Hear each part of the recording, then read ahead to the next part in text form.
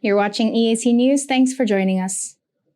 U.S. President Joe Biden said he would use force as a last resort to prevent Iran from getting a nuclear weapon as he began a trip to the Middle East.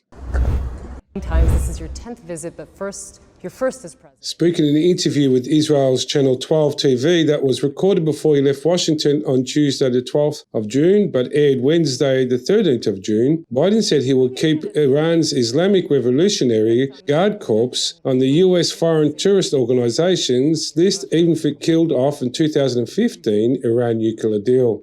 Asked if his past statements that he would prevent Tehran from obtaining nuclear weapons meant he would use force against Iran, Biden replied, if that was the last resort, yes. Iran denies it seeks nuclear weapons, saying that it is a nuclear program in solely peaceful purposes. Tehran struck a deal with 6 major powers in 2015 under which it limited its nuclear program to make it harder to obtain a weapon in return for relief and economic sanctions.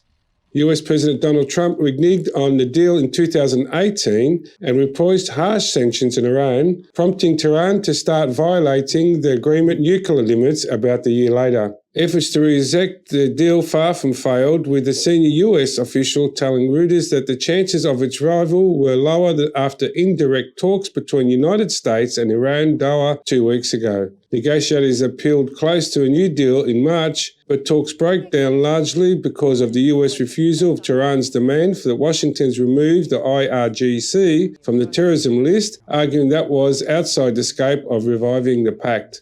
Asked if he was committed to keeping the IRGC on the FTA list, even if it killed a deal, Biden replied yes. The IRGC, a powerful political function in Iran, controls the business empire as well as the elite armed and intelligent forces that Washington access the global terrorist campaign. Means by which